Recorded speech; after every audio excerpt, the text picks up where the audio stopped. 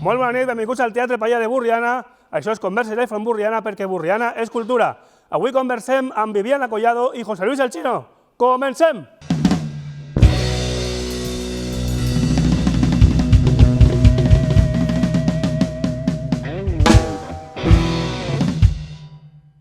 Molt bona nit a tots i benvinguts a aquest segon programa del tercer cicle de Converses Live from Borriana des d'ací, des del Teatre Pallà. Avui rebem a una invitada al nostre sofà vermell, que és escriptora borrianenca, llicenciada en Filologia Hispànica, doctora en Literatura Hispanoamericana i professora de Llengua i Literatura. O sigui que avui, agüita. Jo, amb aquesta cara de boniato, tinc el plaer de rebre i donar la benvinguda a Viviana Collado i Cabrera. Molt bona nit, benvinguda a Converses Live from Borriana, Viviana. Molt bona nit, moltes gràcies per convidar-me. Gràcies a tu per vindre. És un plaer convidar a un bon convidat i que se presente. És un plaer, què tal, com estàs, bé?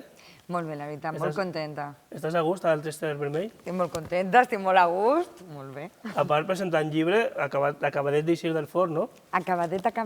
No, ho estic tocant-lo, el tinc entre les mans perquè encara la toca poquet. Bueno, realment, avui estem a principis de març, però fa un mes només que està a la venda. Està funcionant bé, me diuen, així les llibreries de Borriana estan ahí demanant edicions com a bojos. La veritat és que sí, està tenint molta bona repercussió, estic molt contenta, no puc queixar-me. Havies estat mai en aquest teatre, Viviana?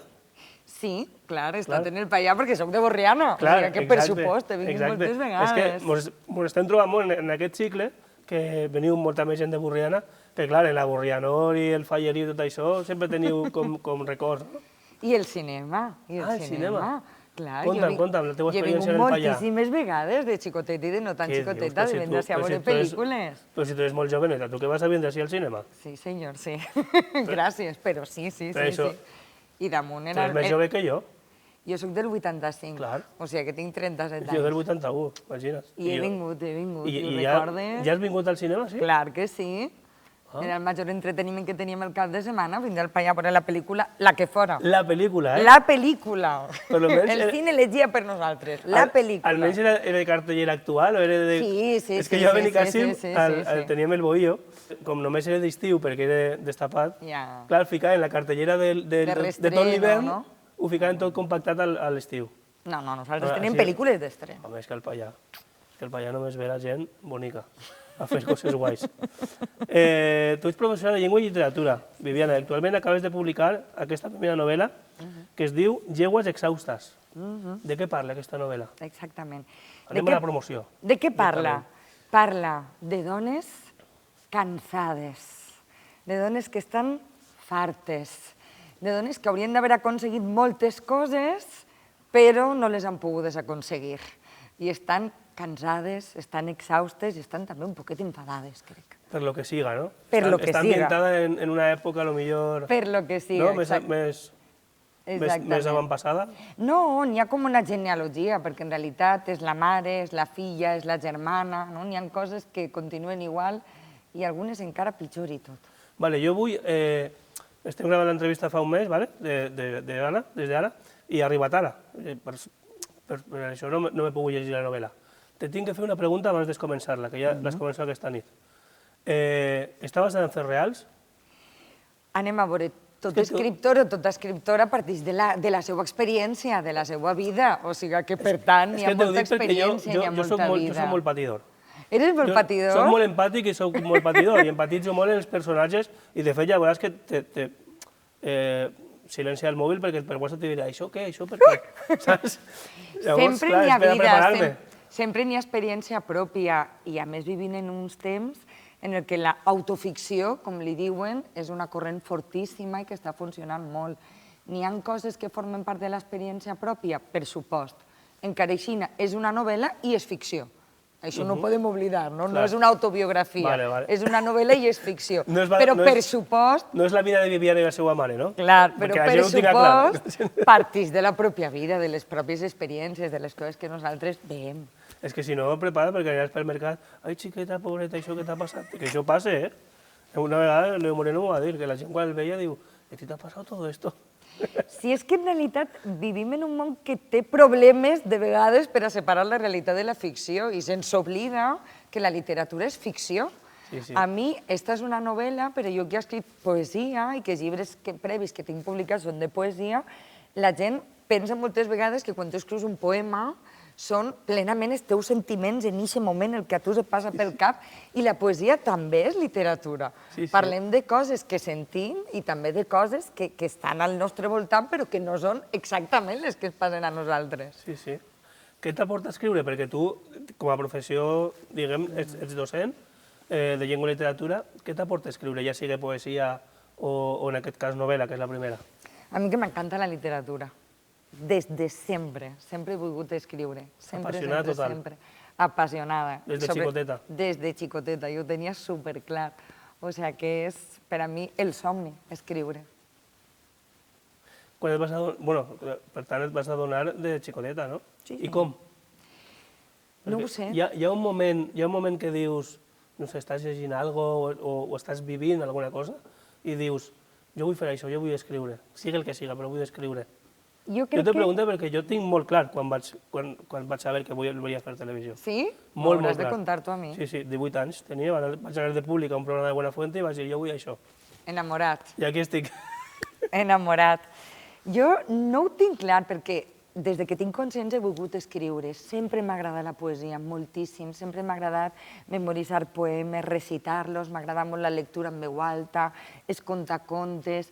Si haguera de posar un moment, probablement seria en el col·legi, estudiant la secundària, en la meva professora, la senyorita Mari Carmen, que tantes vegades ha anomenat, que ens feia dependre de memòria poemes i a esta dona li agradava molt com jo recitava poemes i me feia ensenyar-me un darrere un altre, i m'encantava. Era una cosa en la que gaudia moltíssim. Probablement aquest seria el moment d'inici. Que guai. Doncs, Viviana, ara que hem trencat una miqueta el gel, què et sembla si escoltem una miqueta la primera cançó que ens vas demanar per ficar una miqueta de música en directe a la conversa? Molt bé, perfecte. Doncs perquè em vas demanar Gràcies a la vida. Després te pregunté. Doncs amics de Converses Live from Borriana, ja estic veient a Agustín Aís, Henry Amat i Víctor Quiroga, els Hot Coyotes preparats a l'escenari del Pallà per interpretar-nos Gràcies a la vida, de Violeta Parra. Endavant, nois.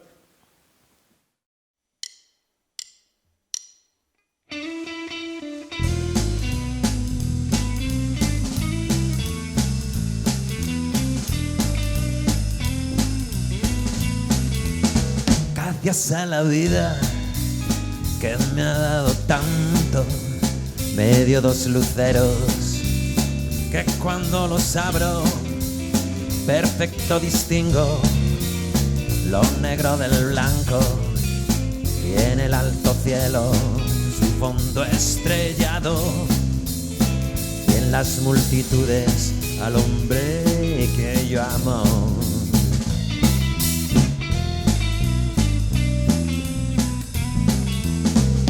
Gracias a la vida que me ha dado tanto, me ha dado el sonido y el abecedario, con él las palabras que pienso y declaro, madre, amigo, hermano y luz alumbrando la ruta del alma que estoy amando.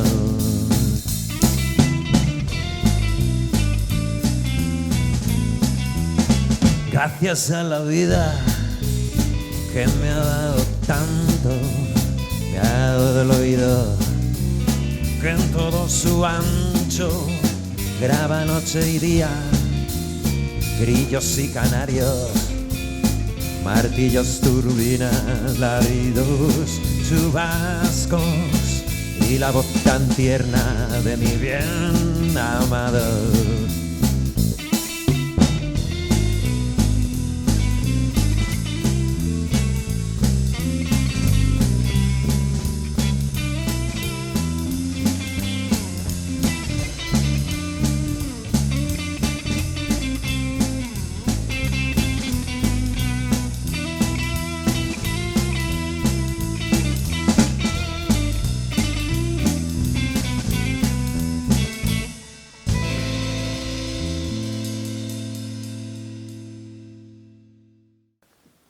¿Qué te sembla, Viviana, la versió de Hot Coyotes, de Gràcies a la vida? Meravellosa, m'encanta. Què t'uneix aquesta cançó? Per què me la vas demanar? Gràcies a la vida és una cançó molt especial que jo crec que li agrada a moltíssimes persones. És una cançó molt coneguda de Violeta Parra, que va ser una cantautora, poeta també, xilena, i és per a mi superimportant perquè jo tinc una relació molt especial en Amèrica Latina. Tu crec que ho has dit al principi. Sí, arran jo del soc teu doctorat. americanista, hispanoamericanista, vaig fer la meva tesi doctoral sobre poesia hispanoamericana contemporània. Però la vas fer allà o així? La vaig fer en la Universitat de València, que és la meva vale. universitat, però vaig fer diversos viatges, vaig estar 3 mesos en Cuba, 3 mesos en Mèxic, per a fer tasques d'investigació. Després vaig estar en Xile també, però ja per plaer, per altres motius. He estat en Argentina, en Uruguai. La qüestió és que sempre he gaudit moltíssim de la literatura hispanoamericana i recorde perfectament quan vaig començar a conèixer a totes aquestes dones escriptores i músiques del segle XX tan importants, que per a mi van ser, uau, descobrir el món. Si vols que t'anomeni alguna, per dir, està Alejandra Pizarnik, està Idea Vilariño, està Rosario Castellanos, està Gabriela Mistral, és a dir, una quantitat de dones impressionants de les que a mi, per supòs, no m'havien parlat en el col·legi, no m'havien parlat en l'institut, quasi que en la carrera tampoc massa, era una cosa que havia que rebuscar un poquet, i va ser un món meravellós, no? Per tant, per a mi, tota la literatura hispanoamericana del segle XX i del segle XXI ha sigut importantíssima en la meva formació. Que guai. I gràcies a la vida, no? I gràcies a la vida especialment, que damunt Violeta va fer algo meravellós perquè ella era folclorista, ella anava replegant les cançons pels pobles i les convertia en realitat en poesia, feia ella mateixa poesia, és a dir, la seva vida és també un símbol de recuperació de tota una cultura i clar, és que quan escoltes aquesta cançó és que t'aborrones, no? En realitat t'aborrones, està en un sentiment comú. T'atrapa una miqueta, la cançó. T'atrapa completament, de gratitud per estar, per poder fer i dedicar-nos a les coses que volem. Sí, en un altre format, Lorena Pardo, la periodista de Castelló, me la va demanar també, i en el muntatge no vaig poder escoltar-la només 2 vegades, o sigui, més. Vull dir, perquè és que és una cançó que te porta molt. Molt emocionant. Te porta molt les emocions. Què et anava a dir? Tens referents especials en literatura, d'escriptores o...? Alguns ja t'he dit, o sigui que per ahir, i especialment, per exemple, tinc moltes autores cubanes que són molt importants per a mi, perquè va ser on finalment em vaig centrar. Vaig començar en una poeta que es diu Carilda Esdía, perquè ja va faltar, Carilda Oliver Labra, que feia uns poemes amorosos, eròtics, meravellosos, que a mi em van captivar completament, però que després van derivar en que coneguera això, tota una xarxa impressionant d'escriptores cubanes i no cubanes. Per exemple, al menjador de ma casa tinc uns versos de Blanca Varela, que és una altra poeta que m'apassiona, Alejandra Pizarnik, com ja t'he dit abans, que ara estan reeditant-la moltíssims i té una quantitat de fans impressionants. La pròpia Gabriela Mistral, que és Premi Nobel, vull dir, moltíssims, la veritat, moltíssims. També de més a prop, però aquesta fascinació primera va ser molt forta latinoamericana. Després, si haguera d'anar un poquet més prop, per exemple, espanyola està Juana Castro, que és una poeta que encara està escrivint, encara està fent coses i que té uns poemes impressionants i molt colpidors. I encara podria anar un poquet més, acabar així, parlar a la majoria de poetes en llengua valenciana, on està Teresa Pascual, que m'apassiona i estarà també fent girar el seu últim poemari, o Maria Josep Escrivà, en fi, dones meravelloses, meravelloses. Que guai.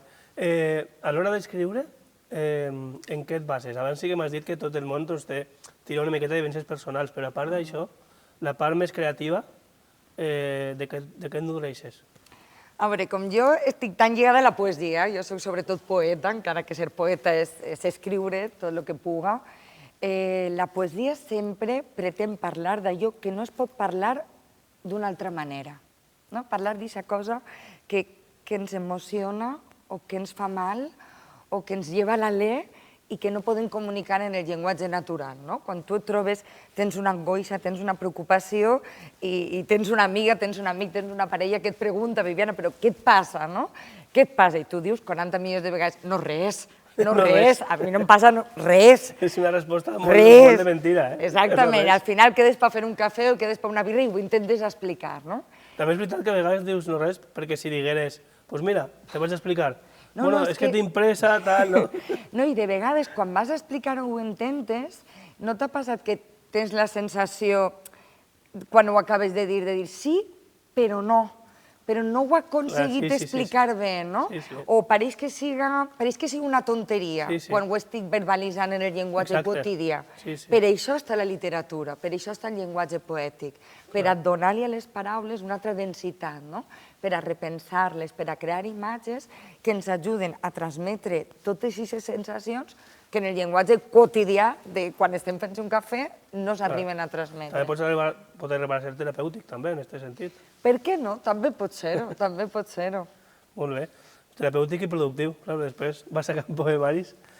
Tornant una miqueta a la novel·la, aquest Llegües exhaustes, el procés creatiu com ha sigut? Perquè, clar, tu venies de fer poemaris, que imagina que pot anar tot a un calaix d'idees, però al ser un fil conductor, una història, una novel·la de ficció, com t'has organitzat? Com ha sigut el procés creatiu? Tens un lloc específic o un moment per escriure?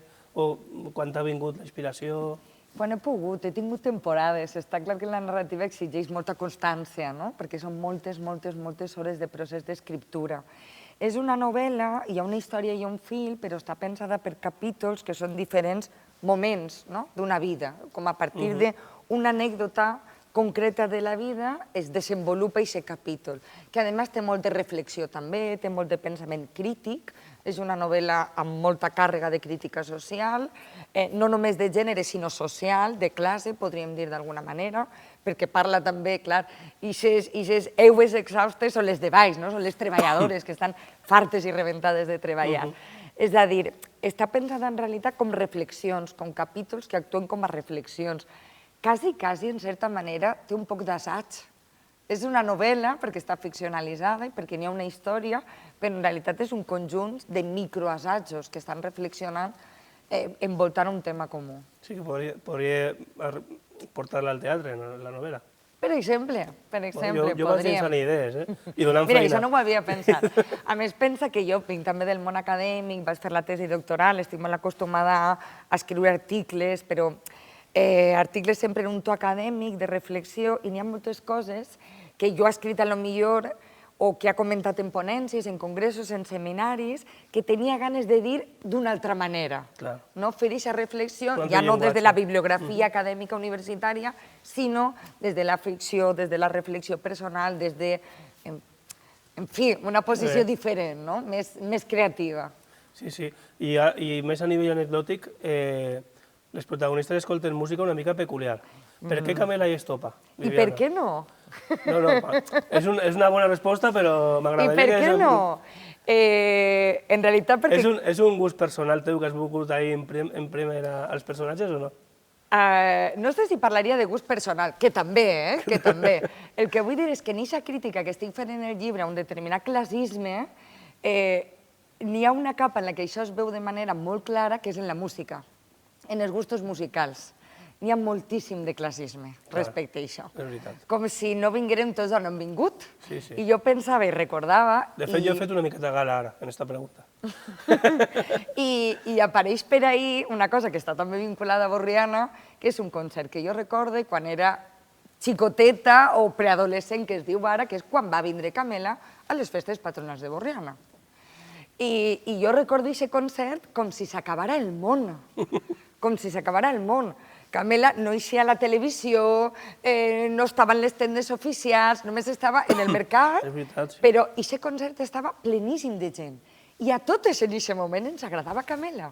I totes escoltàvem Camela, igual que després escoltaríem la maqueta d'Estopa, igual que després, no? Són fenòmens que van succeint en la vida i que eren propis nostres.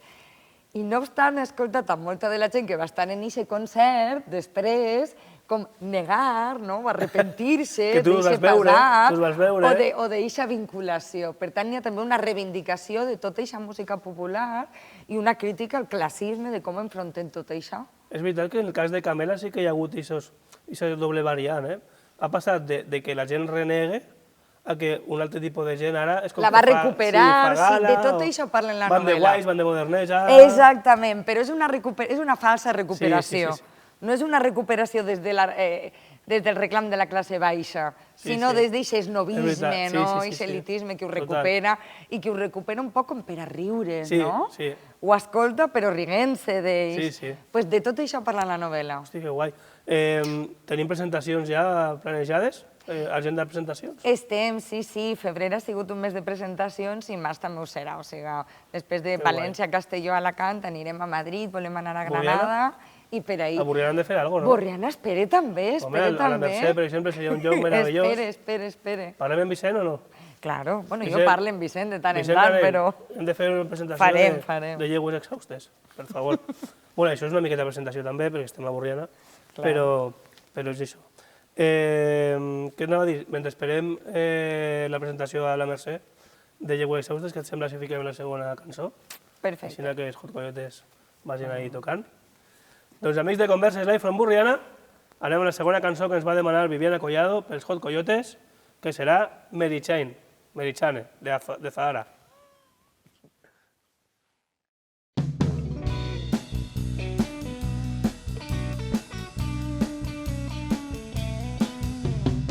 Yo estaba ahí cuando todos bailaban, mojaban el dedo, se creían eternos. Yo estaba en el baño aguantando la puerta con mi espalda, mientras les besaba la lengua. Yo estaba en las oficinas de Universal, grabando sermones sobre mi gran potencial. Yo estaba ahí abrazada a la taza del váter, yo era incapaz de soltarla y ellos de mirarme.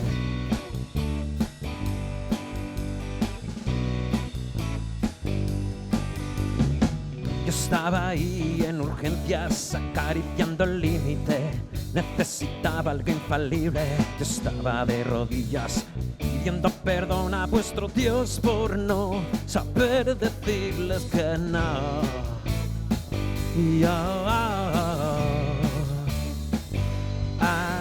aún ahí sin saber salir, yo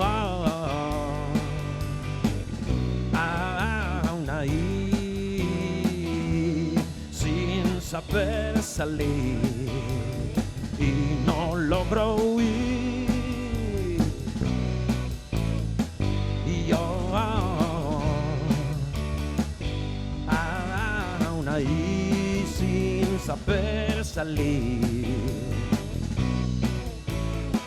Y yo aún ahí sin saber salir y no logro huir.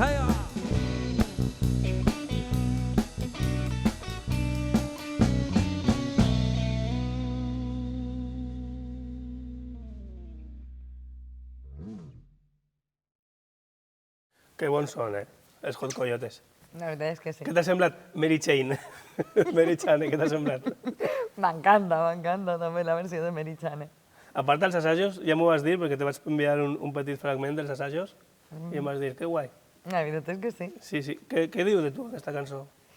És una cançó molt impressionant, la veritat, per la temàtica, per també el fenomen, el que ha aconseguit, i per a mi va ser important perquè aquest disc, Merichane pertany al disc de Zahara Puta, i aquest disc va eixir just quan apareix el meu poemari Violència. Està vinculat. Exactament, que és un poemari que efectivament parla de la violència en el llenguatge, específicament de la violència masclista, però no a soles, de la violència, de la manera que tenim de tractar-nos, i va eixir a la vegada mateix mes que va eixir el disc, que va ser com una senyal, no? Perquè vaig sentir moltíssimes connexions quan escoltava la cançó. La cançó repeteix molt això de que no pot eixir d'ahir, no? És una seriada de dir i dir perquè no pot traure's a ella mateixa d'aquesta imatge, d'aquestes situacions. I això era la idea de violència, que és impossible, que n'hi ha alguna cosa que t'impregni i del que no pots escapar després. Molt bé. Tens 5 poemaris, a part d'aquesta primera novel·la, i com te va sorgir començar a escriure poesia, concretament? Com t'he dit abans, sempre escric poesia, des del col·legi, des que era xicoteta, no? Des del col·legi, eh? Des del col·legi. Jo tinc l'opinió que en realitat a tot el món li agrada la poesia, no? La poesia és ritme, la poesia és música, i a qui no li agrada la música, no? Des que estem En fi, a la panxa de la nostra mare estem sentint els batecs, i els batecs són ritme, és un compàs, és poesia, en realitat. Per això ens agrada, per això als xiquets els agrada tant escoltar poemes. Per això jo sempre he fet cosetes, sempre he volgut.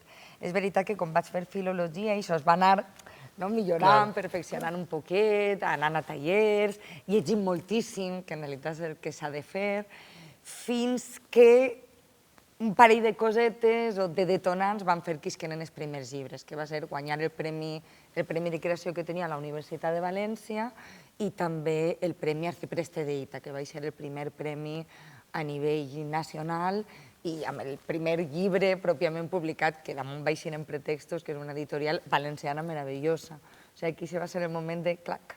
Te vaig a fer una pregunta que se m'ha acudit mentre ens estàvem microfonant i no l'ha fet mai a cap escriptor. A veure, tira. T'has llegit la novel·la? Impresa ja, vols dir? No, tinc por. Sí? Tinc por. No l'he llegit sencera, he llegit part, he llegit un capítol, he llegit un fragment d'ací, un altre. Tinc por, però jo crec que això li passa a quasi tots els escriptors i escriptores, que una vegada ja està com a objecte físic i ja no ho pots canviar, estàs aterrat de trobar alguna cosa que canviaries, perquè sempre canviaries alguna cosa. Per tant, ara que ja està fet com a objecte, és com que no vull tornar. A més, el procés és llarg, com tots els processos creatius, corregim, en fi, esborranys i esborranys i esborranys i esborranys, i fases fins que arriba efectivament el final. I el procés de correcció de la pròpia editorial, o sigui que quan arriba és com, ja, no vull trobar res més, no vull trobar res més. Sense que es facis cap tipus de spoiler, té un final o ho has deixat obert per a fer una seqüela? Té un final que no és un final. Vale. Per tant, podria. Ah, vale, sí que podria. Té un final que no és un final. Podria ser. Vale, m'agrada. Anirem acabant ja, Viviana, que no et volem robar molt de temps, que sé que vas molt a casa, entre València, Borriana i tot el que fas. Però abans sí que m'agradaria saber què fa Viviana Collado quan no està exercint la docència o escrivint poesia o novel·la. Com desconnectes? Com desconnecte? Com tot el Si és món. que és possible. Anant amb els meus amics, beguent unes cerveses, passejant, escoltant música, perquè la música és molt important i crec que és molt important també per a una persona que es dedica a la literatura, que ha de generar aquest ritme, gaudint, veient estos programes. Gràcies. Mira, ara m'ha ruborizat una miqueta. És que com que estem així gravant i després emitir més tard, jo tinc la sensació que una vegada ho he fet ja està. Ja t'has oblidat, no? Sí, no tinc present. Tu tampoc tornes, tu tampoc tornes. Exacte, sí. Mira, ara diré una frase que fa temps que no la dic, però que la deia molt la primera temporada, que és que la cultura és segura i la música en directe és imprescindible. Per això que me dius que la música va molt bé per a aquestes coses. Què és el que més t'agrada del teu ofici, Viviana? El que més m'agrada d'ensenyar, d'escriure, un poc que són les dues coses. La comunicació amb la gent. M'encanta. I les dues coses m'ho permeteixen, en un plan molt diferent, perquè és veritat que en l'educació estic en contacte directament amb la gent i en el llibre és una altra cosa, però després l'experiència en els clubs de lectura, parlant en els lectors, és meravellosa també. M'encanta la capacitat de comunicació. Sí, això mira, ens vincula, perquè si fa no fa, fa no mateix. Exacte. Jo tant així com a treballar a la recepció de l'hotel també me comunica amb la gent, perquè si no seria un cretí, estaria ahí al teclat. Bueno, n'hi ha molt de cretí, Sí, és veritat, és veritat. I a mi em fa molta ràbia, perquè clar, com jo treballo d'això, dic, busco una altra cosa, xic. Per això, aquesta humanitat, la capacitat de crear xarxa, això és meravellós. Sí. Doncs ja ens hem quedat sense temps, Viviana. Què t'ha semblat? Ha sigut tan horrible o pitjor? Pitjor. Crec que no. Que guai, doncs Moltíssimes gràcies. Gràcies per vindre, ha estat un plaer passar aquesta estoneta de televisió amb tu, Viviana. Tenia moltes ganes, ens coneixem de fa molt de temps, I me vas reconèixer tu a l'hotel, precisament. Sí. I vam retrobar i vas dir, tens que vindre a Borriana. No hi ha programes a Borriana, té que vindre Viviana. A part no havia vingut cap escriptora a aquest format. Ja tocava. I m'ha agradat molt, de veritat, moltes gràcies. Per agrair-te el teu pas per aquest humil programa, el senyor Miyagi i jo et volem regalar la tassa del programa. Per a tu, per a que facis posturets a les xarxes socials. Molt Doncs, Viviana, moltíssimes gràcies. A tu. Fins sempre. I vostès, amics, després d'aquesta conversa tan bonica i enriquidora, anem a fer uns segonets de publicitat per a que vegeu el bon gust i el criteri de la gent que aposta per aquest programa i tornem de seguida amb un convidat, també de Borriana, que flipareu. Avui fa 30 anys que vas començar a fer tot això. Fins ara.